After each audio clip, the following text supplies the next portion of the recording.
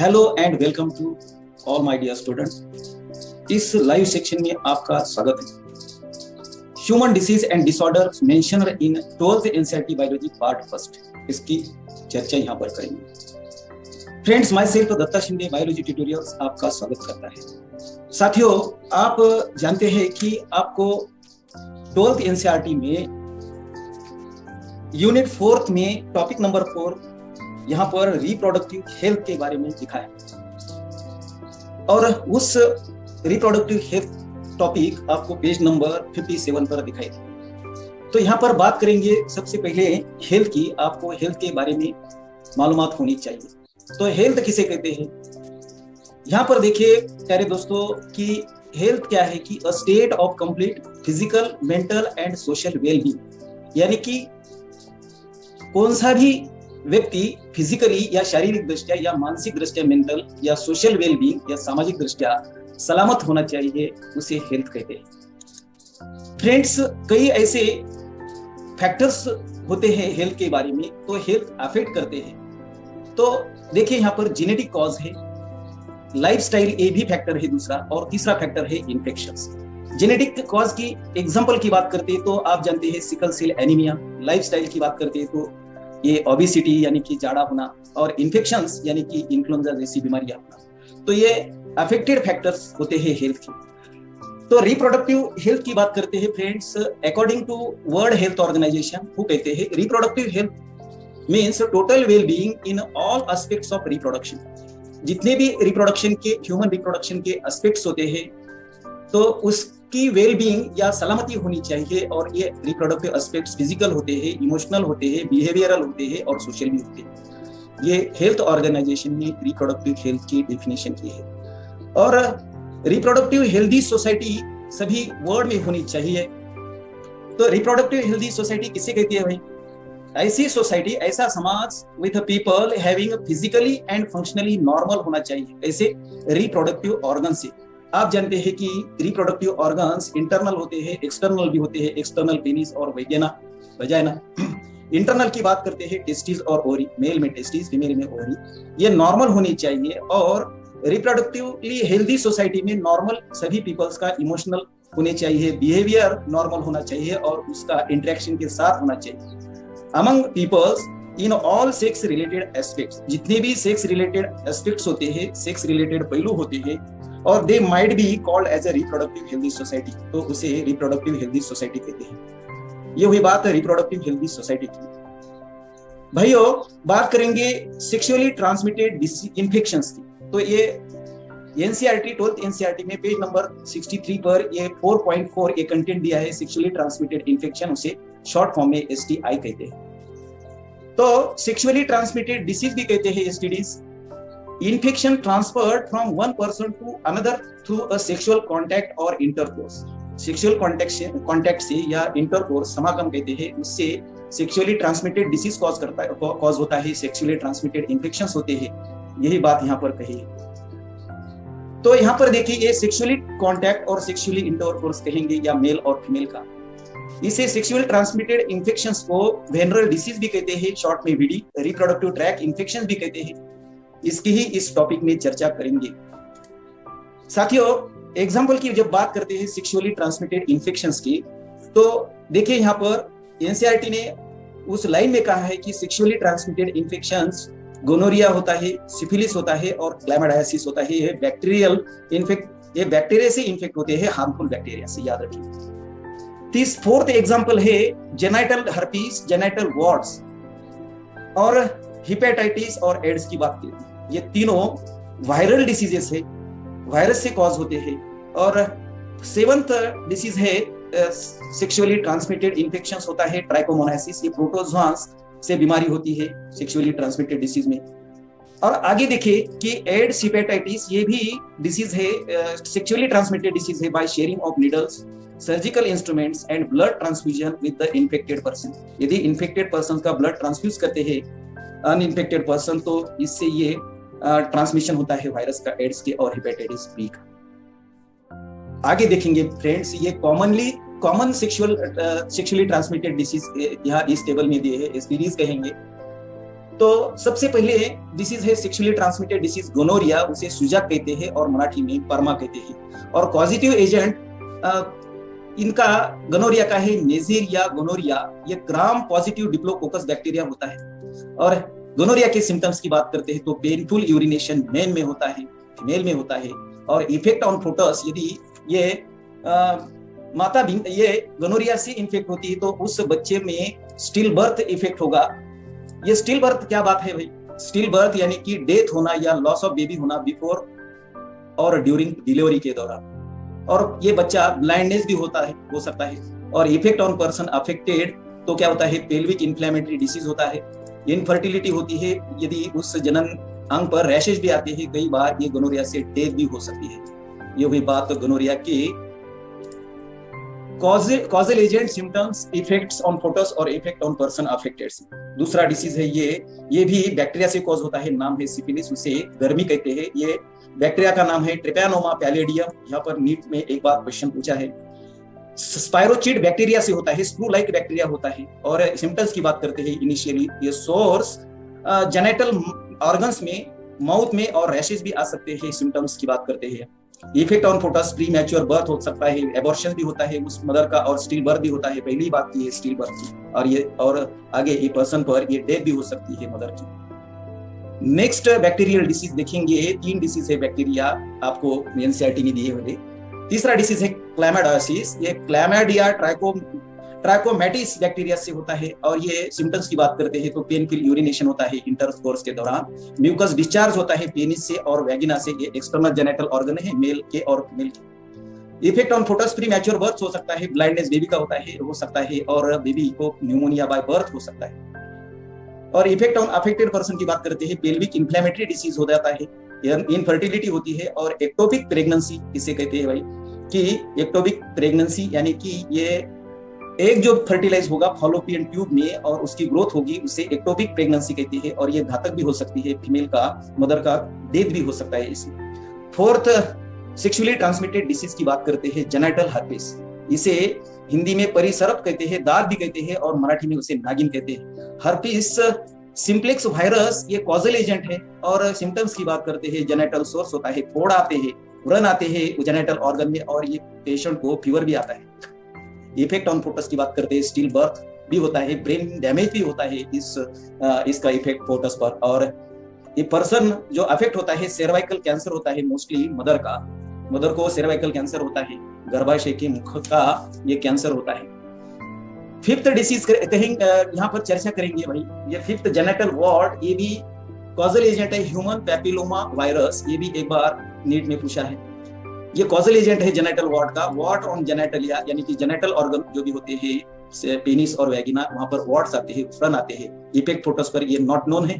और effect on person affected की बात करते हैं तो मेन कॉज सर्वाइकल कैंसर होता है इससे। आगे बात करेंगे सिक्स्थ सेक्सुअली ट्रांसमिटेड डिसीज की, तो हेपेटाइटिस बी वायरस से होता है। और सिम्टम्स की बात करते हैं, ये फटीग आता है, थकावट आती है, फीवर भी आता है, जॉन्डिस होता है, रैशेस आते हैं शरीर पर, और एब्डोमिनल पेन भी होता है, पेट में दर्द होता है। और effect on photos, low birth weight होता है, जन्मजात ये उस बेबी का वेट कैसा लो होगा। और इफेक्ट ऑन पर्सन अफेक्टेड की बात करते हैं तो लीवर क्रायोसिस होगा, लीवर कैंसर भी हो सकता है। सेवंथ डिसीज की बात करते हैं एसटीडीज की, तो ये है ट्राइकोमोनासिस। ये ट्राइकोमोनासिस कॉजल एजेंट है ट्राइकोमोनास वैजिनालिस, ये एनाएरोबिक फ्लैजिलेटेड प्रोटोजोआंस, ये सेवंथ डिसीज है, ये प्रोटोजोआंस से कॉज होता है। एनसीईआरटी में जितनी भी डिसीज का वहां पर मेंशन किए हैं उनकी ही बात करूंगा इस टॉपिक में।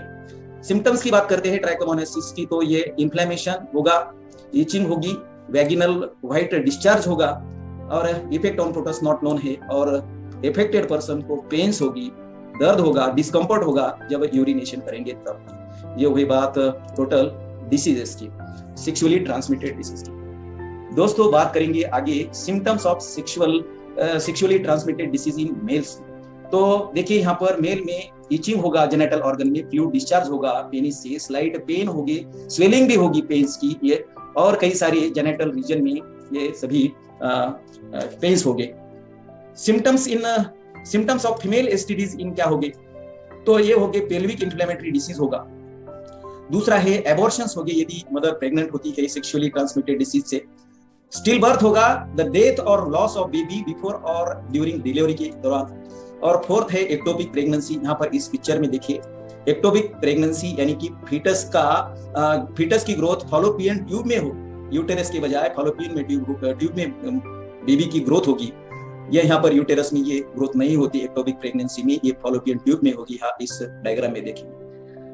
नेक्स्ट है सिम्टम्स है फीमेल में इनफर्टिलिटी भी हो सकती है और सर्वाइकल कैंसर भी हो सकता है। प्रिवेंशन की बात करेंगे एसटीडीज की, तो एनसीईआरटी ने प्रिवेंशन भी लिखे है भाइयों कि avoid sex with unknown partners और मल्टीपल पार्टनर से।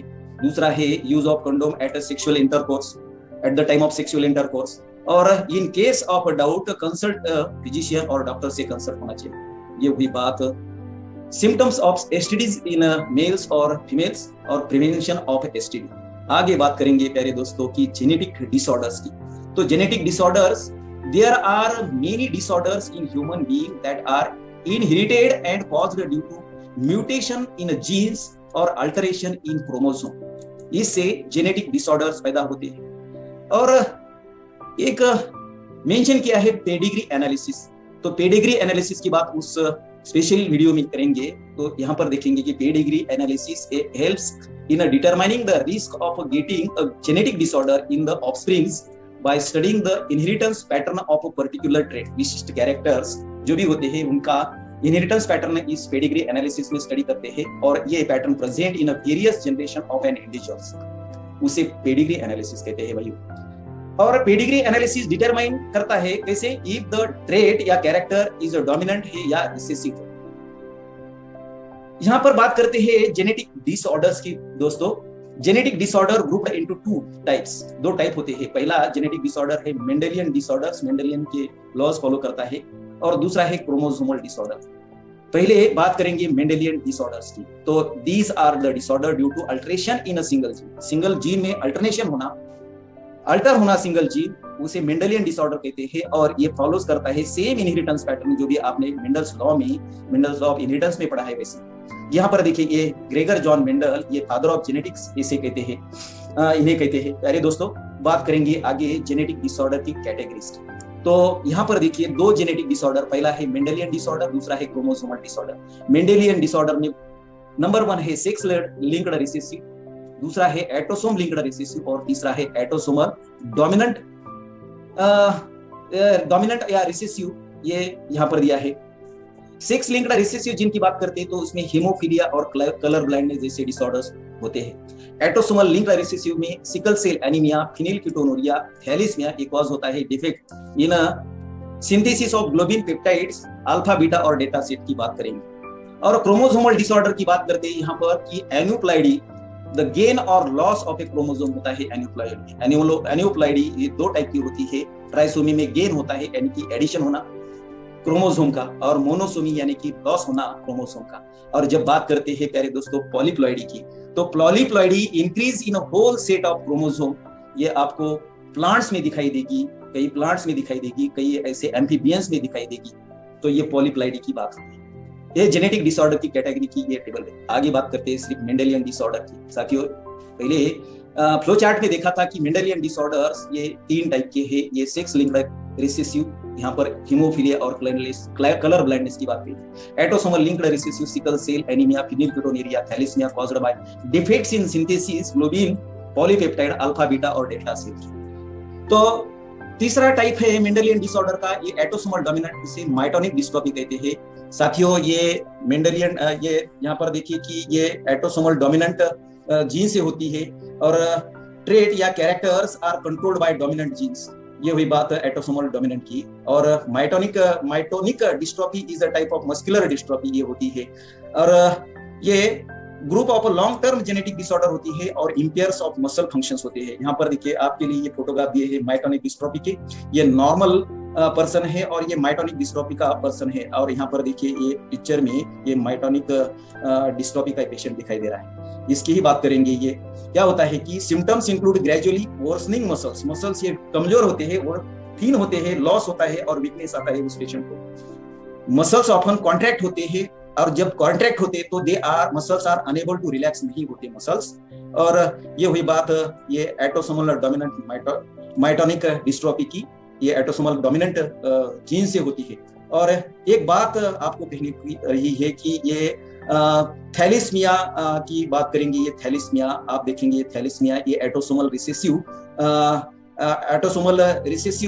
जीन से होती है और defect in synthesis of globin polypeptide. Patient ऐसा जो थैलिस्मिया का नॉट प्रोड्यूस इनफ हीमोग्लोबिन ये अल्फा और बीटा चेन्स होते हैं बिकॉज देयर सेल्स में मैन्युफैक्चर नहीं होता अल्फा और beta polypeptide chain in human haemoglobin. तो ये हुई बात थैलेसीमिया की, आगे भी इसकी चर्चा करेंगे प्यारे दोस्तों। बात करते हैं मेंडेलियन डिसऑर्डर्स। ये these are the disorder due to alteration in a single gene, और ये दो टाइप की होती है, सेक्स लिंक्ड रिसेसिव और ऑटोसोमल रिसेसिव से होती है। सेक्स लिंक्ड रिसेसिव जीन्स की बात करेंगे तो ये कलर ब्लाइंडनेस का एग्जांपल दिया है।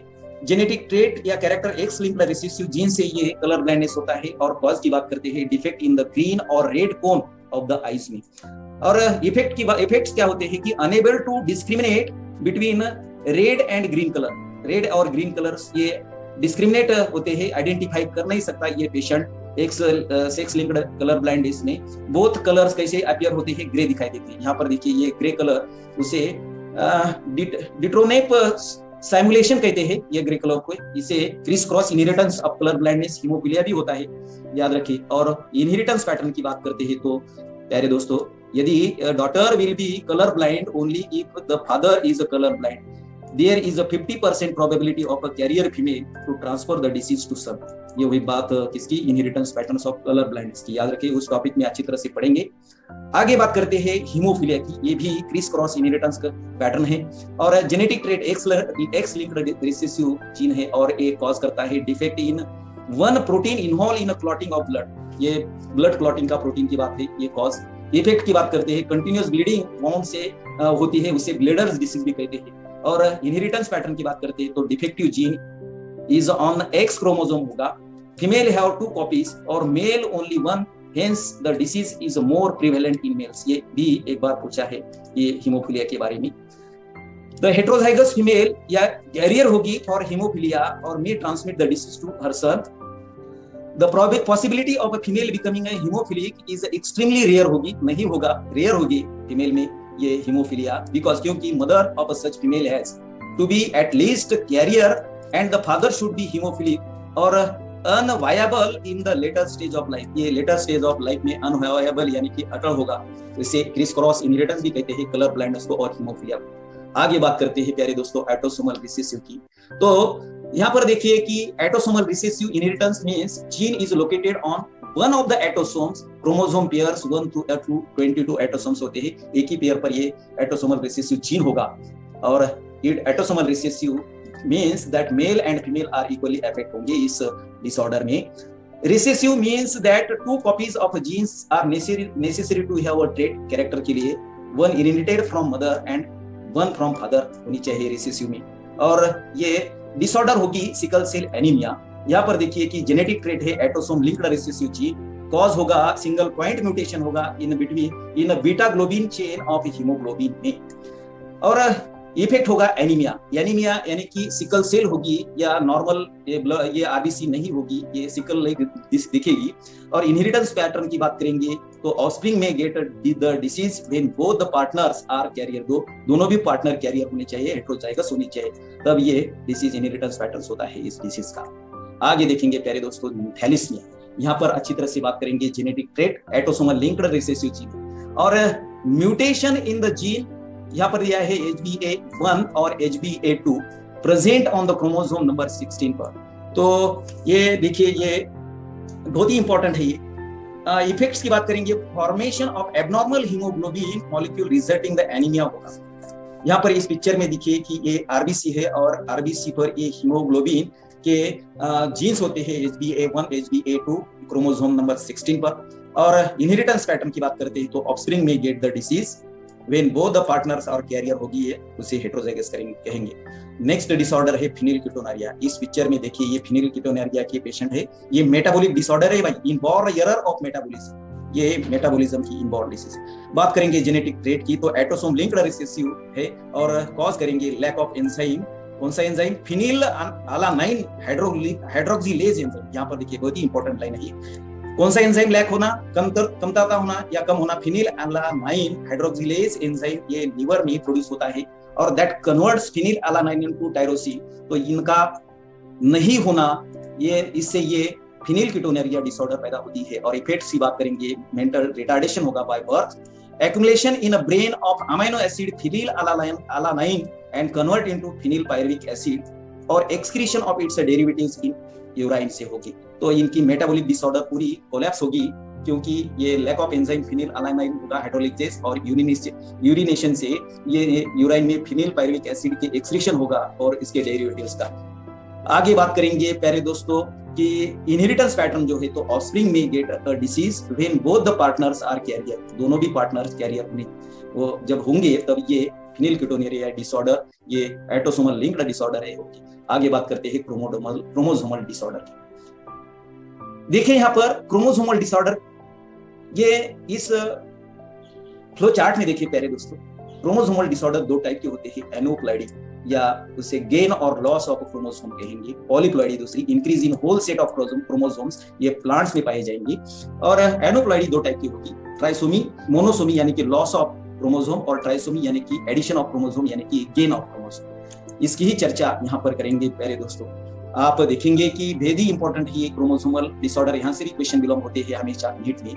These are the disorder due to excess होना क्रोमोसोम का, या अब्सेंस होना, या एबनॉर्मल अरेंजमेंट ऑफ क्रोमोसोम्स की होना। प्यारे दोस्तों क्रोमोसोमल डिसऑर्डर दो टाइप की होती है, पहले ही कहा है इस ये फ्लो चार्ट में, गेन और लॉस ऑफ वन और more chromosome, that is due to failure of homologous chromosomes, segregation of chromatid during the anaphase of meiosis. तो जब मियोसिस ये रिप्रोडक्टिव सेल में होता है, टेस्टिस में या ओवरी में, तब एनाफेज जो भी फेज होती है, मियोसिस फर्स्ट हो या सेकंड, वहां पर फेलियर होना होमोलोगस क्रोमोसोम सेग्रीगेशन का क्रोमैटिड्स के। और इससे एनियोप्लाइडी से डिसऑर्डर होगी Down syndrome, Turner syndrome and Klinefelter syndrome और results from the non disjunction in meiosis. जब बात करेंगे पॉलीप्लॉइडी, ये भी क्रोमोसोमल डिसऑर्डर है, ये प्लांट्स में पाई जाती है, happens due to the increase in full set of chromosome, ये हाइब्रिडाइजेशन एक्सपेरिमेंट में काम आती है। Failure of cytokinesis results in polyploidy, ये इंपॉर्टेंट है हाइब्रिडाइजेशन एक्सपेरिमेंट प्लांट्स में। बात करेंगे एनियोप्लाइडी की, तो देखिए कि some examples of chromosomal disorder यहाँ पर दिए हैं कि डाउन सिंड्रोम पहला दिया है, कैसे होता है डाउन सिंड्रोम। यहाँ पर देखिए कि ये कॉज होता है एडिशनल ऑफ क्रोमोसोम नंबर 20, यहाँ पर इस कैरियोटाइप दिया है। ये कैरियोटाइप क्या होता है कि ये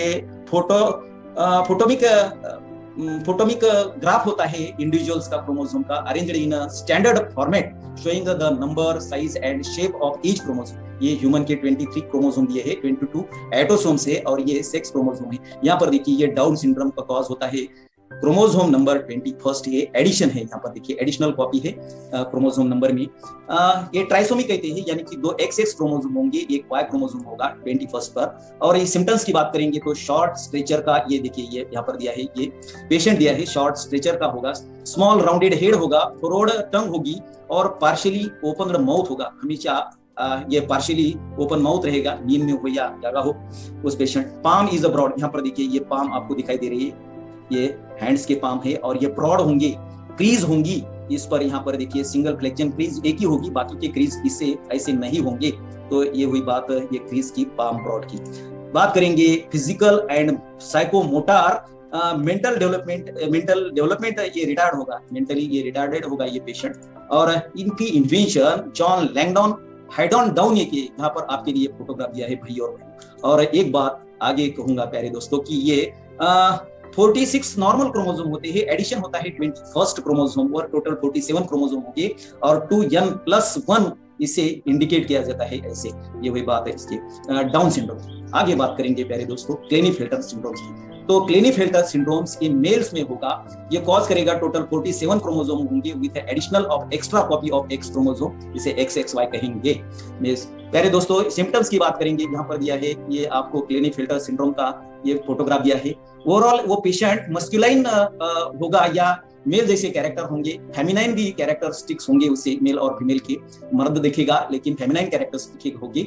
और ब्रेस्ट डेवलपमेंट उस पेशेंट पे होगी, उसे गायनोकोमास्टिया कहते हैं। और बात करते हैं थर्ड है टर्नर सिंड्रोम। टोटल 45 क्रोमोसोम होंगे, यानी कि एक क्रोमोसोम नहीं होगा। यहाँ पर दिया है कि देखिए यहाँ पर ये कॉज होता है 45 total chromosome, 1 x chromosome absent होगा या मिसिंग होगा और क्रोमोसोम बनेंगे X0। ये लास्ट का जो हेटेरोसोम होता है वहां पर एक मिसिंग होगा।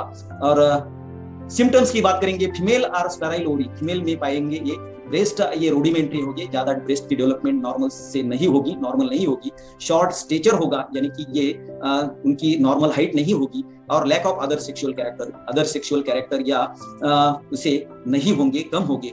तो ये देखिए यहाँ पर आपको दिया है ये हेनरी टर्नर का पिक्चर, और यहाँ पर देखिए ये क्लेनीफेल्टर्स, हैरी एफ क्लेनीफेल्टर्स, इन्होंने इनका इन्वेंशन किया है। तो ये बात सभी मेंडेलियन डिसऑर्डर और क्रोमोसोमल डिसऑर्डर की। प्यारे दोस्तों, यहाँ पर स्टॉप करते हैं, इस वीडियो को अंत तक देखिए, लाइक करिए। Thank you for watching.